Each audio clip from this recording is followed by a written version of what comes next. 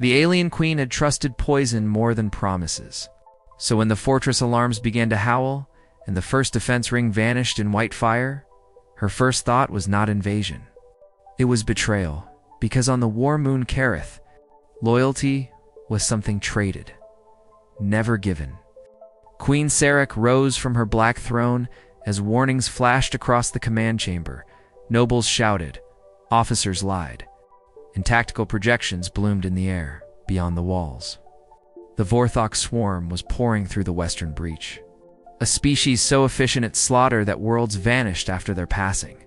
But even with extinction at the gate, Sarek's commanders were already calculating escape, and standing among them was the one being Sirach trusted least. Lieutenant Adrian Vale of the Terran Corps, the human advisor attached during a ceasefire.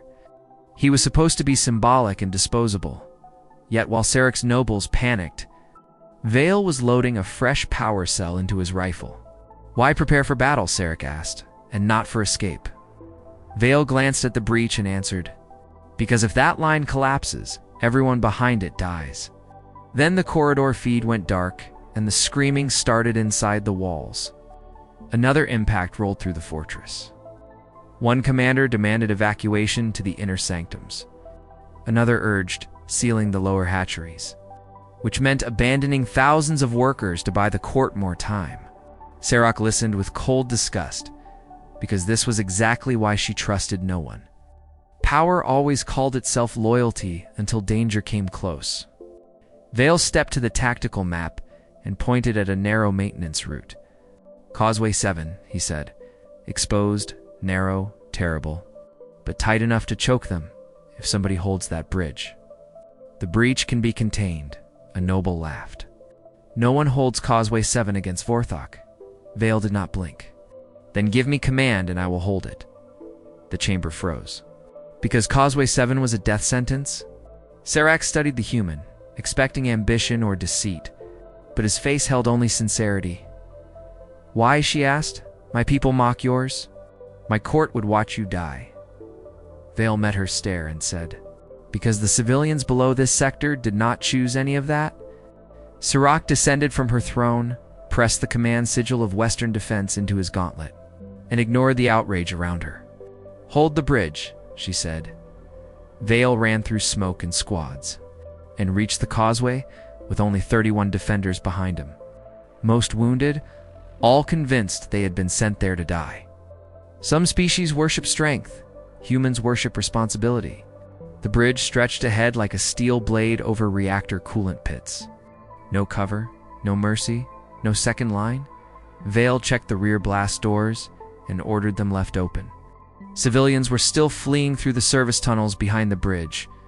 One hive sergeant hissed that this meant there was no fallback. Vale answered while raising his rifle, then we do not fall back.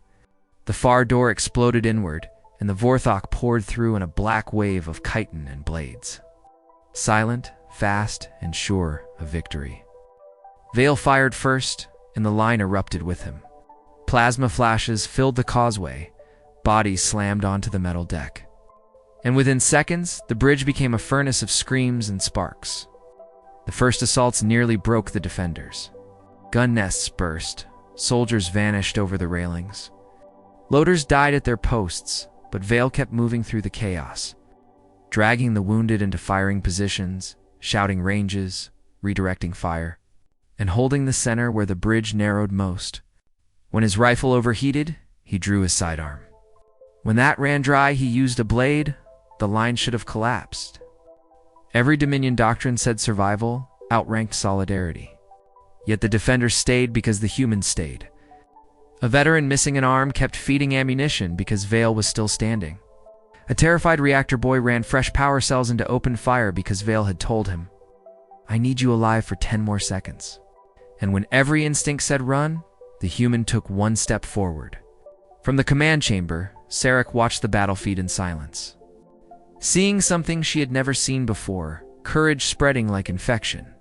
Fear becoming rhythm, rhythm becoming defiance. And all of it anchored around one exhausted mammal who owed her empire nothing. By the fourth assault, Adrian Vale was bleeding through armor seals. His left leg dragged, one shoulder barely answered him. And still he held the center, because he understood what the Dominion never had. A line does not hold because it is made of steel. It holds because somebody refuses to move. Sarok ignored renewed calls for evacuation, opened every fortress channel, and issued a command no queen of the Hive Dominion had ever spoken: reinforce Causeway 7. Hold behind the human line, reserve units pivoted. Artillery recalibrated. Med crews rushed west. And hope spread faster than panic had. The 5th Vorthok wave hit just as the moon batteries completed their charge. Green lances fired from the fortress spires and tore through the breach. The front ranks vaporized. The rear ranks faltered. And for the first time that day, the swarm hesitated, then broke, then fled into the burning dark outside the walls. The queen, who trusted no one, finally understood why humanity survived everything sent to erase it. Sarek reached the bridge minutes later with her royal guard, stepping over shattered chitin and broken rifles until she stood before Adrian Vale, who had finally dropped to one knee, not in surrender, but because even human bodies have limits when pushed past blood and pain. He looked up through one swollen eye and managed a ruined smile. "Still trust nobody, Your Majesty?" he asked. The old answer would have been easy, yes, because suspicion had kept her alive. But Kareth was still standing because one human had treated strangers as worth dying for. And that changed something inside her.